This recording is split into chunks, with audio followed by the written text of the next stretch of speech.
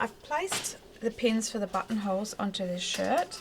I've placed a pin across here, so we're going to put a buttonhole starting from the middle of that placket. You can see the placket here. So we're starting from here going in, and then these pins are also indicating where the buttonhole will start, but we're going to place the buttonhole going down. So this will go across and this will go down. So these are approximately 9 centimeters apart, and you can see that the top button starts fairly high up. It's just so it doesn't collapse, that the collar doesn't collapse. So we have one here, and then 9 centimeters apart, and this is totally to your liking. I would definitely leave a wider gap on the bottom than your 9. It looks a little bit better. So what we're going to do is turning on the buttonhole machine, like that. With the left pedal, I'm going to lift the foot and place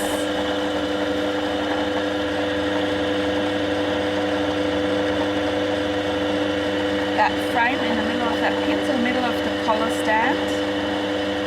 We'll go to the edge of the collar stand, and the size of the buttonhole is set to about 11 on this machine. That fits my button. And we're going to hit with the right pedal, hit the pedal first. You can see how the buttonhole is just moved into the collar stand.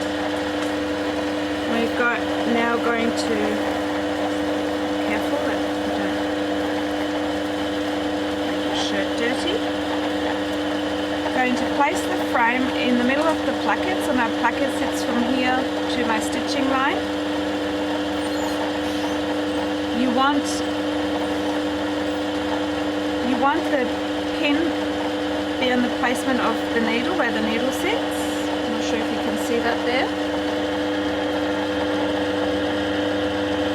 I'm going to take that pin out and hit the buttonhole machine. So you can see this pulling here, that is usually when the needle is slightly blunt. So I'd have to change that, because you don't want all of this happening all the way along there. So I'm going to change the needle to that machine. Turn off the machine.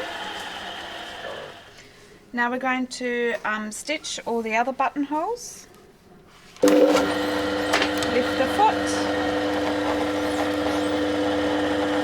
Place the frame in between, and then the pin where the needle sits.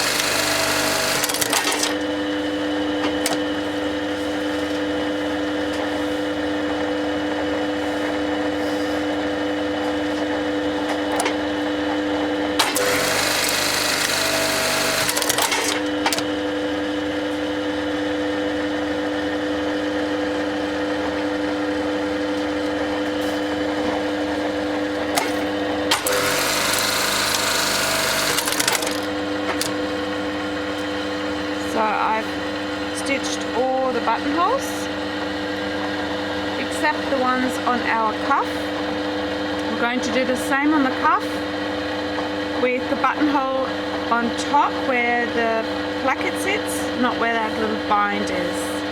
So I've marked my pin, want one buttonhole going in the middle of my placket,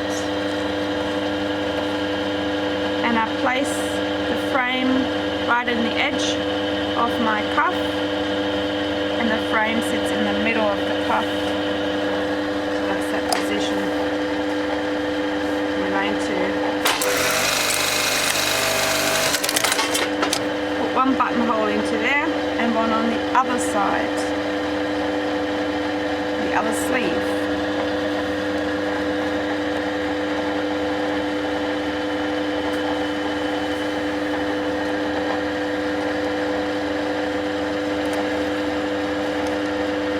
Sits on the wider part of the placket. Frame sits on the edge and in the middle of the cuff.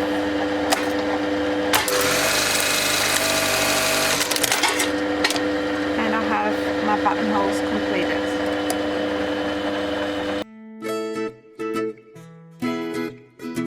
Alright, we've put our buttonholes onto our placket. The buttonholes are on the right side of the shirt because we're closing right over left. That's for women's wear. And I'm going to show you now how we're going to open the buttonhole, putting a pin onto one side, getting some sharp scissors, pushing the point through, feeling it on the other side, you can actually see it there, and then slowly cutting the buttonhole open. If you use an unpicker, really be careful with an unpicker because you can slide right through. That's why the pin is on this end. It gives you a bit of some room so you don't cut into your fabric.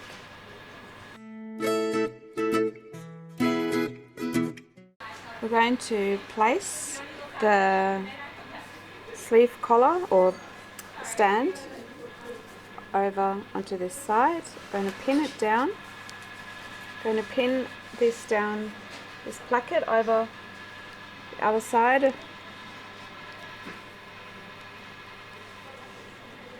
This just sits in place. And your button is going to sit in the middle of your buttonhole.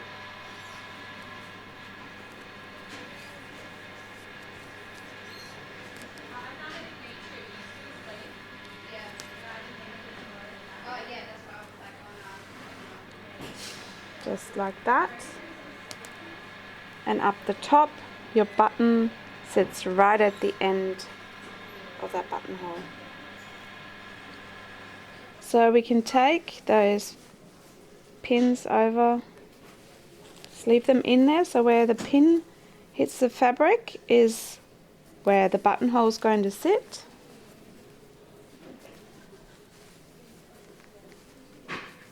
If you feel like it's slightly off center, you just push it over into the center. That's way off center. And same here. And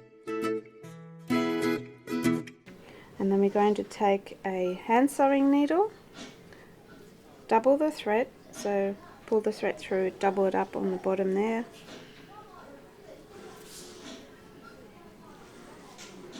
Cut off the end, and I'm going to tie a knot by folding the thread over the needle, holding it with my index finger and thumb, twisting around the needle and then pushing with the other hand all the way down, and I've got a little knot on that bottom. Going to cut this off slightly. You can start anywhere, probably start up the top. That's where the button's going to sit, so take this out. And I have my thread sitting right on top of the fabric. So do like a little cross stitch. And then use my button, go through the hole. It's a 2-hole button. You can have a 4-hole for shirts as well. I like the bar going across. You can see that pattern, so you hold it like that. Come up. Catch a bit of fabric there. Go through here again.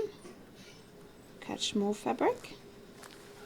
It all sits underneath the button, and then you're doing a little twist around the thread. It keeps all the thread underneath together take the needle, go all the way to the other end, through to the other side, and we're going to put a bar tack onto here.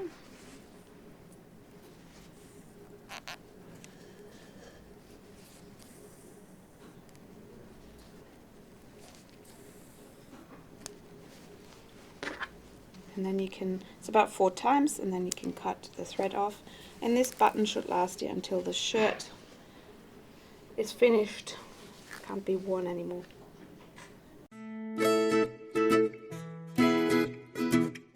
So on the sleeve, the cuff, you can see how this overlaps by that much, and that's how far we overlap the cuff.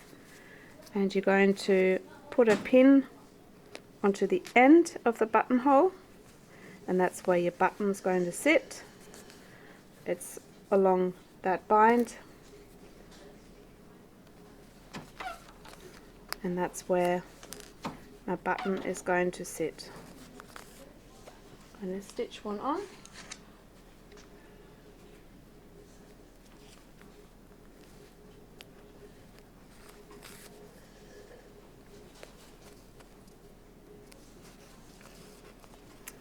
Twist it around, and I've got the bar going across there again, and go underneath, and I put a bar tack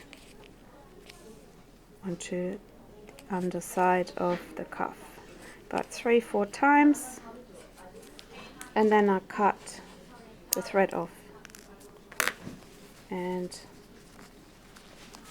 that's how this will look like.